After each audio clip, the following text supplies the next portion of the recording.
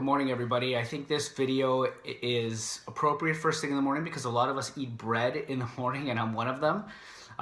When I can, not too often because I can't handle that much of it. Actually, bread really irritates me. If I eat too much bread, you guys should know I actually get heartburn, which is horrible. Anybody who's ever experienced heartburn before knows how bad it is, especially if you get it later in the day.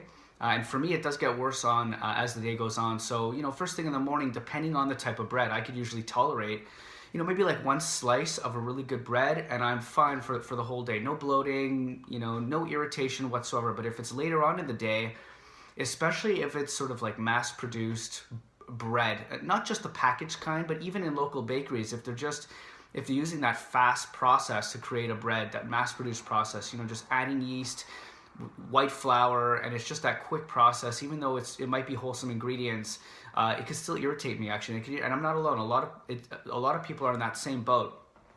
But what I have noticed is that the real strategy is just to avoid it. And I do. I try to avoid bread as much as possible, mostly throughout the week. I'll treat myself every once in a while because I do love it, and I'm only human, and so that is my vice. So once in a while I will have it.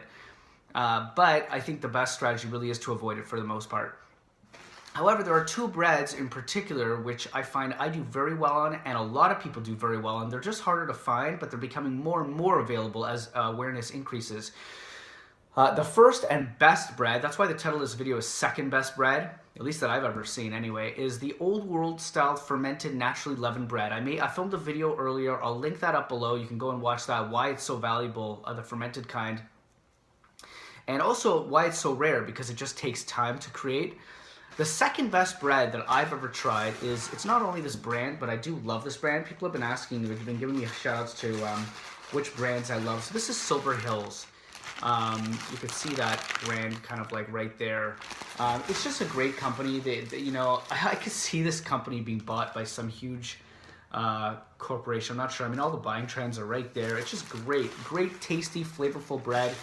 The ingredients are incredible on all of their products, but certainly I tolerate certain breads better than others.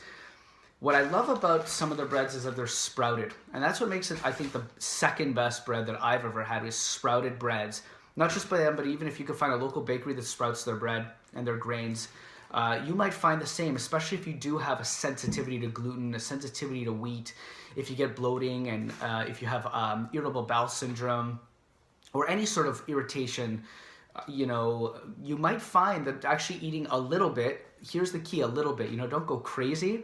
All too often we find something that's good in small quantities and then we go crazy in large quantities because we think we could just have as much as we want, carte blanche. But if you have a little bit, you might find, just like I have, that you're fine. And actually that you feel amazing, you feel full, and you get all the benefits that bread really should offer, which is that if it's done right, it should be a nutrient-dense whole food too. Grain is nutrient-dense. If done properly.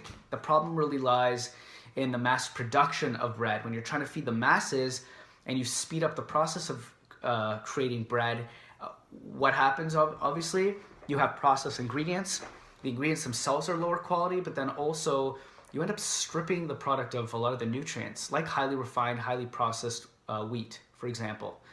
Then you add yeast and you create a quick process. It's really void of a lot of nutrition that we would normally get. Anyway, it doesn't matter. That's in the previous video.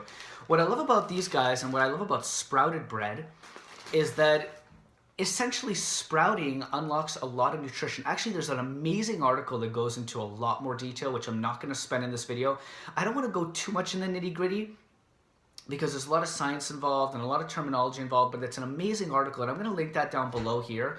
And you could learn about sprouts and the benefits and about phytic acid and what that does and how it's bound to minerals and how sprouting sort of unlocks that, and especially in nuts and seeds and certain grains and tuber roots and so forth. So I'm going to link that down below. Have a look and read that. I think you'll really, really like it. Let me know what you think. I think it's an amazing article that's really well written.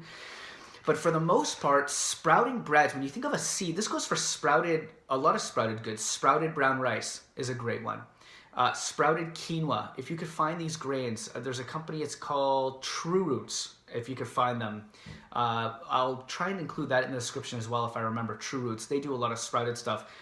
When you eat a seed like quinoa or any seed, It has tremendous benefits. I mean, seeds are very nutrient dense, but they're also protected. A lot of the nutrients in there are protected. They're bound.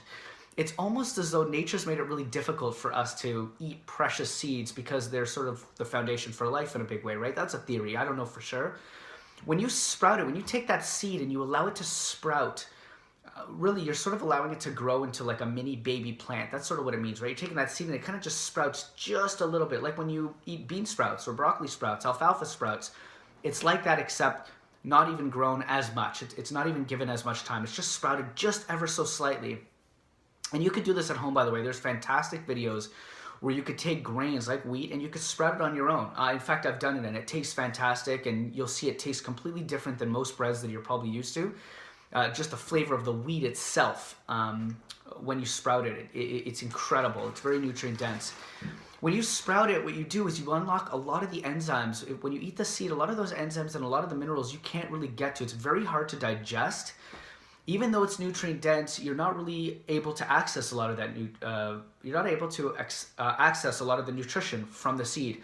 As soon as you sprout it, you are. A lot of the enzymes are released, a lot of the minerals, a lot of the nutrients. You actually improve the antioxidant capacity, the free radical scavenging, the ORAC scale. That's how it's measured on the ORAC. A lot of sprouted items like chia, for example. If you take chia seeds, which are famous, to add into your parfaits, your yogurts, whatever, oatmeal, it's a great source of fiber, omegas. The non-sprouted versions have an ORAC, I think it's like 1500 if I'm not mistaken. I can't remember. You can look it up. Organic Traditions used to have this stat on their sprouted chia. I think it's 1500. When you sprout it, it nearly doubled to about 3000, which is really impressive just by sprouting it alone. So if you're used to eating flax or chia, that's a great tip to start looking for organic sprouted chia or flax or flax. Sometimes you can find a blend of both. Organic Traditions had it, but they've been having some problems with those two products, so you might have to look for a different brand. So anyway, that's what sprouting does. It unlocks nutrition. It makes it a lot easier to digest, a lot easier to assimilate the nutrients from the food. It still doesn't make my top list because I still find that the fermented breads, when you ferment it over a long period of time, and you can check out that video again that I listed here. I filmed it maybe a week or two ago. That long old world style bread, these spreader breads, they still add yeast to it.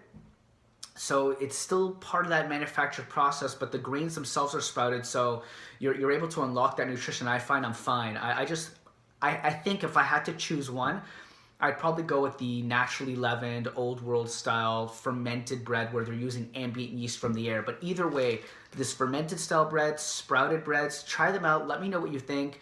If you have a severe allergy, if you're celiac, don't try this because, the last thing I want to do is cause harm. I can't give medical advice anyway here. This is just for education purposes, and I hope it adds value. It's just something to get you to think about. If you do try it and you have usually some sensitivities, let me know if it did make a difference. Robert at Lifelong Well, Instagram, Robert Horovitz, Twitter at Lifelong Well. And give me the thumbs up and be sure to subscribe. Hit that button below so that we can stay friends and I can continue to share these videos with you and we can continue to go along this journey together. All right, have a wonderful day out there, guys. Cheers.